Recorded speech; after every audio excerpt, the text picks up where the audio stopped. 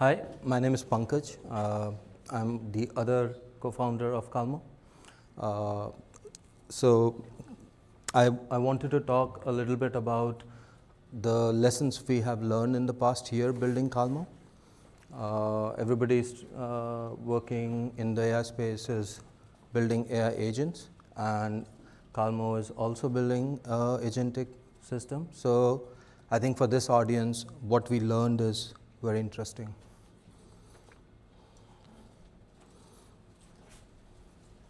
So a little bit, what is Calmo? Calmo is a agent that uses your infrastructure, tools that you have available, observability tools, uses it like a production SRE engineer and tries to troubleshoot anything within your production issues. Calmo uses integrations to get context about what's going on. So as an engineer, you can say, hey, Calmo, can you use GitHub and Kubernetes and Argo CD to figure out why this error is coming? And it uses that to build a context and understand and debug the problem. So the first lesson, tool loading strategy matters, because as you see, we have hundreds of tools. And if we try to load it all, the context window will explode and we will not have space for anything else. So loading all integration upfront is slow and wasteful. So essentially, what we do is we do sort of like a progressive loading. So we load the most important tools first, give the agent a head start, right? Start debugging using GitHub, for instance, and in the meantime, we load the other tools in the next batch and whatsoever. Background loading doesn't block user interaction, and priority servers are ready to take critical operations. So the learning here is load only what's needed. Users really don't need all the tools immediately. Load progressively, have a plan to solve, right? We are debugging. If we think like SRE, what are we going to do? We're going to do X, Y, Z, then we do exactly like that. Calmo uses a RAG to get the context. This is also part of the approach. So part of the tool set that Calmo has is the knowledge base, where you can drop anything like runbooks, documentation, anything that the agent may find interesting to debug something. You can build context based on previous postmortems and add that helps the agent. So when we initially started, we thought that what we really need is like a very complex graph-based RAG, graph RAG, where we have entities and relationships between various entities, and that will help us connect the various sorts of things together which are not related to each other. So logs from a particular service related to a deployment, we need something like that to do it. But what we realize is that 80% of the value of something like that can be captured with 20% of the complexity of a very simple RAG. So instead of doing really complex RAG with Node.js, Neo4j, entity extraction, and this type of graph RAG is very expensive to construct, because first you need to have an ETL pipeline, then you need to extract the relationships, then you need to build the graph, then you need to query it. So it's very complex and it's upfront a lot of cost, whereas if you have a very simple RAG, it's much cheaper. So learning, keep it simple. Most use cases don't really need a complex solution. Start simple. Calmo also uses tool calls and model context protocol. So one of the things that we wanted to do was, because the observability space is really large and different people use different types of observability tools, and we wanted to support a long tail of these systems. So we leaned on the MCP protocol and a lot of MCP servers that are part of the community. We have also built our own, but we leaned on this to give Calmo the tools necessary. But with that, what happens is anybody who's tried to build an agent would know this, tool calls fail for various reasons. The underlying API is not responding, the response is not in the right format, JSON is not correct format, and tool calls are non-deterministic. So you expect something, you get something else. So in these sort of situations, you get corruption, memory corruption, state corruption, tool call failure. All of these things essentially could lead to a complete collapse of your workflow. The agent would basically not be able to move forward. So in this scenario, what you really need is to create a sort of multi-layer defense system. So you need to, when you have a tool call, you need to wrap it and see if it has actually succeeded. You need to also validate the memory. Does it actually have what you think it should have? And you need to also validate the runtime context. So tool call state corruption is inevitable. So you have to build multiple levels of protection layers. So one of the protection layer we have built is for the agent to call a tool. This tool is just a bad context tool, let's call it that. So the agent, when it sees that he's called a tool, it has not responded as the agent has expected, the model has expected, the model has the ability to call yet another tool, which the sole purpose of this tool is to recover from such a situation, to suggest to the model what else can be done. Calmo uses prompts and context to do root cause analysis and various different things. We have a system where any issues sent by PagerDuty, Grafana, and things like that start showing up in the issues page, and you can kick off an RCA from there. You can kick off an RCA from the Slack bot. All of these require different types of prompts. All of this require a different workflow. So what we learned is modular prompts are better than God prompts. So all tool instructions are not needed all the time. We have to load only the things that are actually necessary for the workflow. You can divide the prompts and assemble them later. So we have like a very short prompts which combined together make a dynamic prompting system.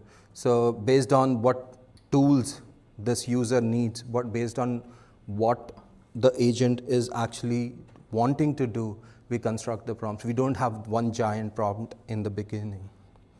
So essentially context-aware instructions. Because context is precious, we are trying to debug a very complicated production issue. Every token is important for us, so we don't want to overload it with unnecessary tools.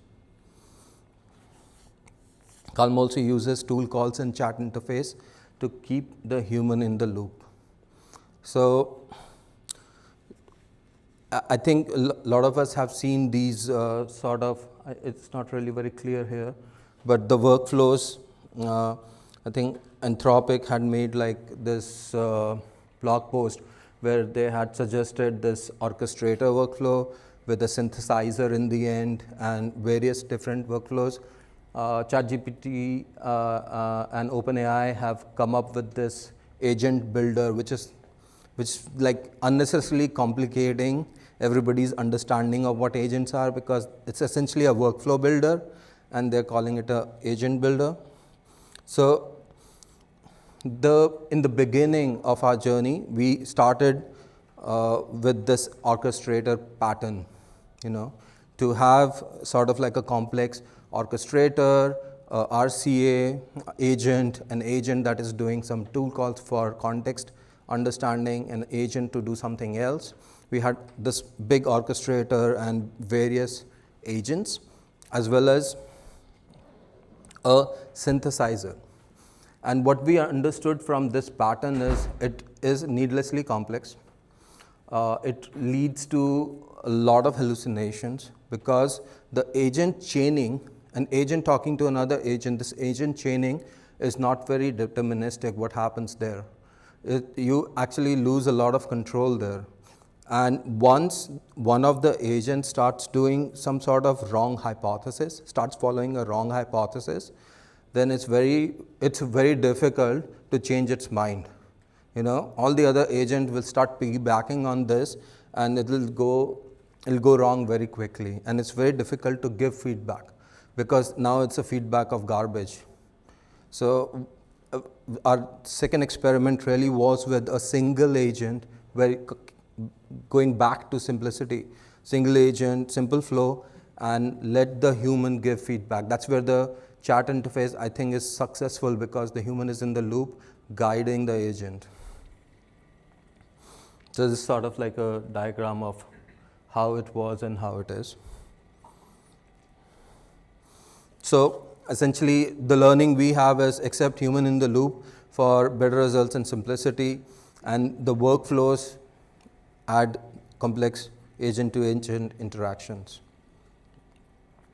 So we also use memory, message history to get context. This is sort of very obvious because, but when you are actually using it, it becomes very powerful.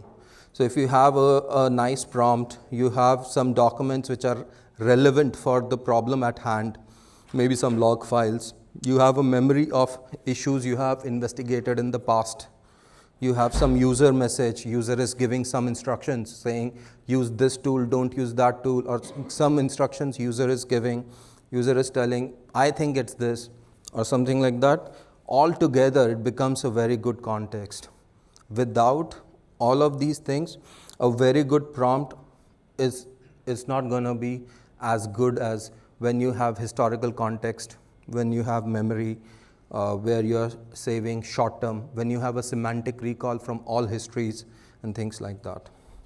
So I think that is our sixth lesson, is a layered memory system really helps. So having a simple vector store with last messages or a working memory or a historical understanding of the threads helps. So what I would say, my key takeaways is load tools on demand, not upfront. Simple RAG is often sufficient. Multiple protection layers when using MCP.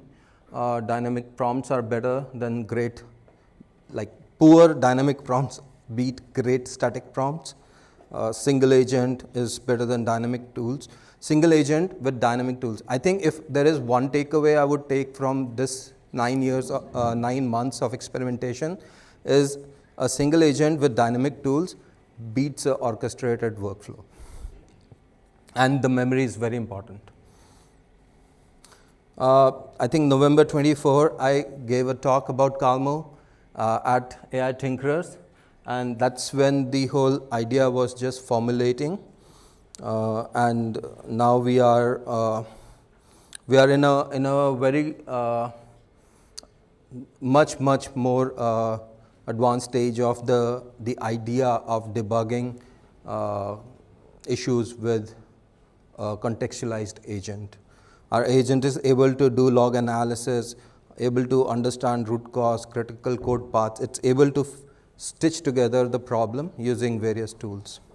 If you want to see it in action, I can do it. I don't know, maybe over time. So I will stop now for questions.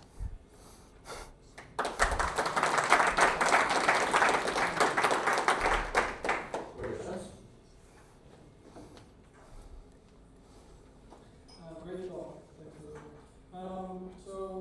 For the single agent compared to the orchestrator pattern, what does that look like in comparison? And you had a slide for the single agent. Could you go back to that one? And is there a bigger prompt than for the single agent? I assume did that show any trade-offs, or was it okay? Yeah. So essentially, so here you see we had like this RCA agent and then follow-up agent and casual agent, which would have different prompts, would do things differently depending on what is expected, And now there is a single agent.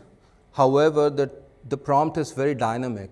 It is constructed on the runtime. So we build a lot of the things on the runtime. So we don't do like a flat prompt and then say, okay, let's go. It's essentially based on what the user has suggested, what is in the thread, what is the context. The context is the most important thing, and we are able to get it because we have a lot of different integrations and tools available to formulate that context, and memory available to formulate that context. Yeah, thanks. One more question. For a multi-layered memory architecture, how did you build that? What could an agent do? I guess you could save what it learned? Yeah. Iterations? How does that work? Yeah, so essentially what I mean by multi-layer memory architecture is, I think this graph explains it much more nicely. So if you can imagine, you're working with the context window, right? So what all you provide will make all the difference. So what I would say is, we have a prompt. It would be much nice to get some sort of documents. Let's say our problem area is to debug why this 5xx is happening, right? So then what is the most important thing? Some errors, some logs. That's very important. Then, has something like this happened before? Is there a way which where a human would normally do something like this? Is there a runbook for this? Is there a postmortem where such a thing had happened? So all of these things help us construct the context. So that's what I mean by this layered memory system. So we have like this long-term storage where all the historical messages is, the RAG, right? Then you have a semantic search based on the context right now, based on the results of, or the context what the user has put. Maybe user has already given you some piece of log, some context they've already given you. And then you have a validation that is happening where you are processing all this, and then you're generating the dynamic context. And essentially, like, this last message is very important because Calmo can do something like this. This is very cool. So here I ask it to debug like a root cause of an issue, and here he's doing a lot of stuff, He's like loading GitHub, Signos, all sorts of tools he's using. He's found something. But then I ask again, and he's like, oh, I recently did this investigation, and I already know what it is. So it doesn't need to do anything, right? And if this is a shared chat with your co-workers, maybe both of you are trying to do the same thing, and you both can benefit from something similar. So for us, this works. Thank you. Thank you. Quick question. You mentioned you went from this kind of free-flowing multi-agent architecture to a more structured workflow. What are some patterns that you see are successful in the workflow for debugging? So what are some steps that agents often take in debugging? So we went the other way around. We had a very structured, orchestrated workflow pattern, and we went to more dynamic, more free range, right? And the reason, there's nothing wrong with workflows. The reason we shifted towards one agent versus multi-agent is because that's what, for us, caused a lot of hallucinations and issues. I think we still rely on workflows a lot. So essentially, when Calmo finds something in the knowledge base, for instance, when it finds something in the knowledge base, he knows that, okay, I have found a run book, I will follow this to the T, I will load this graph, I will do all these things. I think my time is up. Yeah, perfect. Thank you. Thank you. Thank you.